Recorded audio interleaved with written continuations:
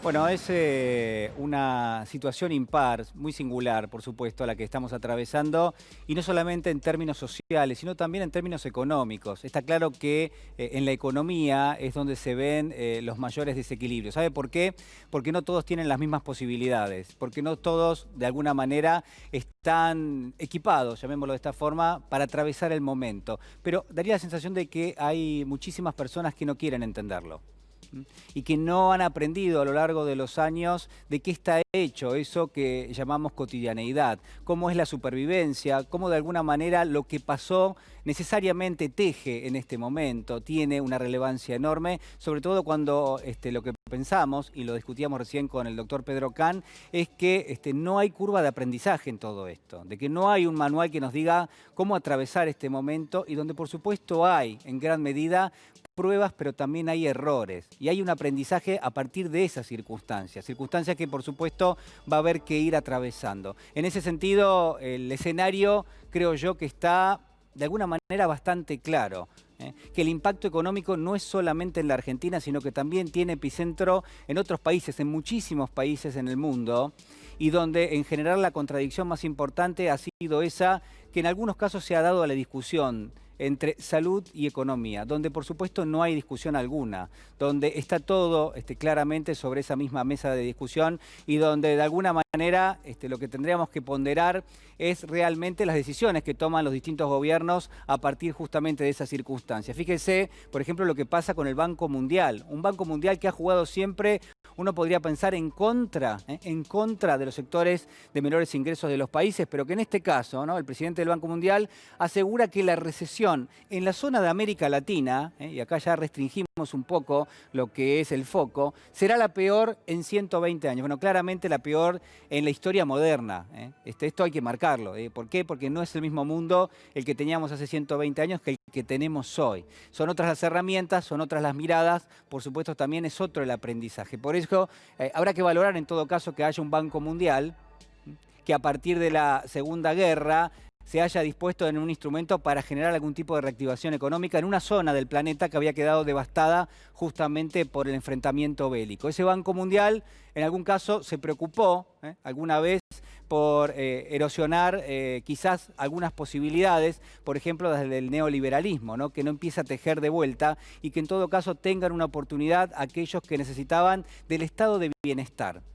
De esas políticas que conforman un estado de bienestar. Políticas que nacieron con la Segunda Guerra, a partir de la posguerra, y que sirvieron durante 30, 40 años para establecer aquello que hoy consideramos el estado de bienestar.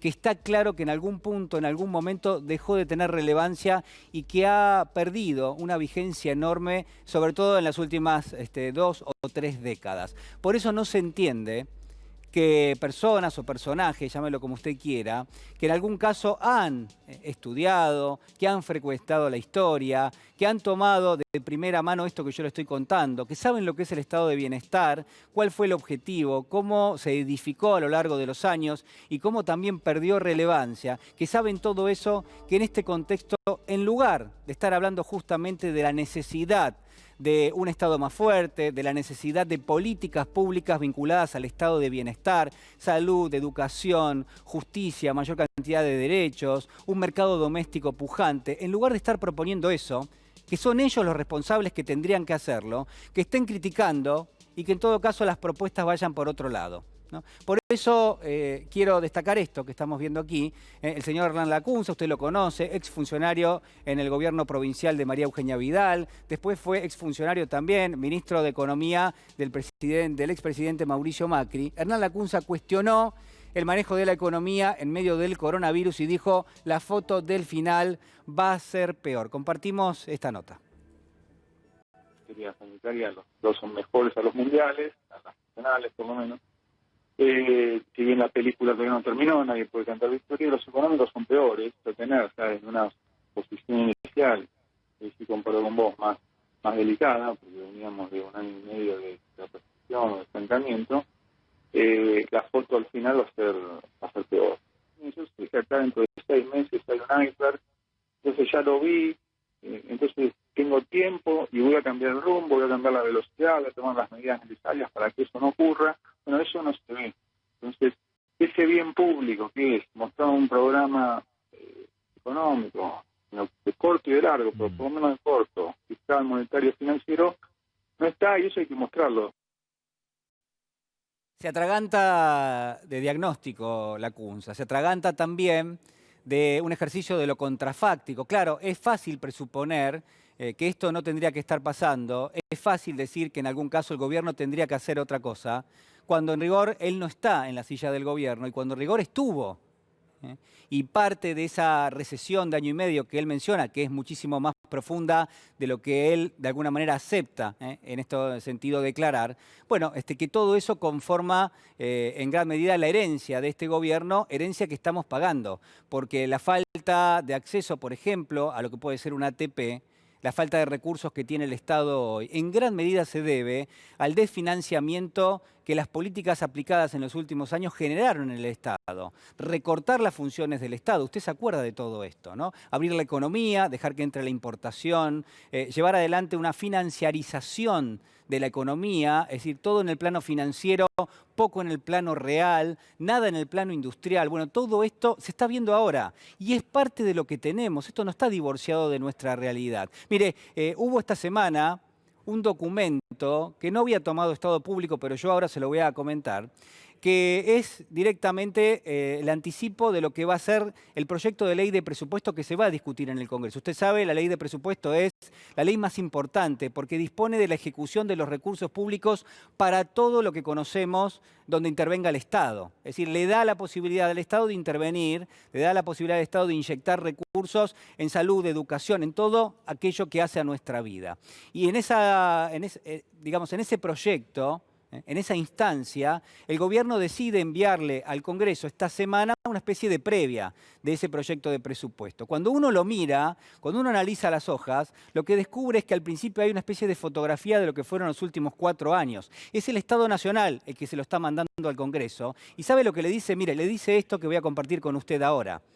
Le dice que el contexto económico del año 2019 lo que hubo fue desregulación de la cuenta financiera y del movimiento de capitales, que hubo menos impuestos a los más ricos. Este es el detalle que el gobierno le acerca al Congreso, que hubo una devaluación del 400% en el periodo 2015-2019, que hubo una inflación del 295%.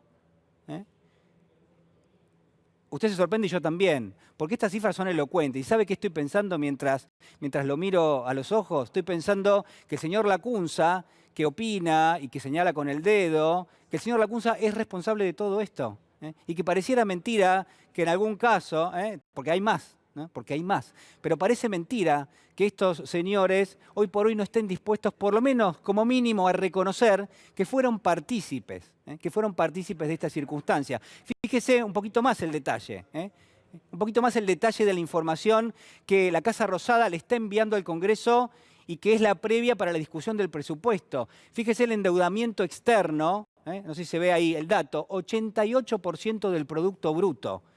Casi un 90% de todo lo que produce la economía durante un año, bueno, casi un 90% es el equivalente a la deuda. El PBI per cápita, esto es cuánto se produce en el país en función de cada persona que lo habita, la caída es del 7,9%. Y no había pandemia en este contexto. Son los últimos años, 2015-2019, un periodo donde muchísimos países crecieron. Países de la región que también crecieron. Es decir, acá fallaba algo y lo que fallaba era el programa económico. 20.000 empresas cerradas. 20.000 empresas cerradas y una pobreza del 35,5% que por supuesto ahora va a subir. Porque no se puede en gran medida poner, yo digo, un paño donde realmente la situación es muy complicada y es muy compleja. Por último, para terminar, más allá de la paradoja de que quienes están criticando, como el señor Lacunza, fueron partícipes de las políticas que generaron todo esto, y estoy compartiendo con usted los números oficiales, la segunda paradoja, quizás la más importante, es que dentro de esas críticas, ¿sabe qué aparece? Aparece más de lo mismo. Aparecen las mismas recomendaciones de aquello que aplicaron y que realmente no funcionó. Esta es la segunda de las paradojas en esta Argentina donde hay muchos ciegos, pero donde los ciegos realmente no quieren ver. 5:30 de la tarde en la República Argentina, momento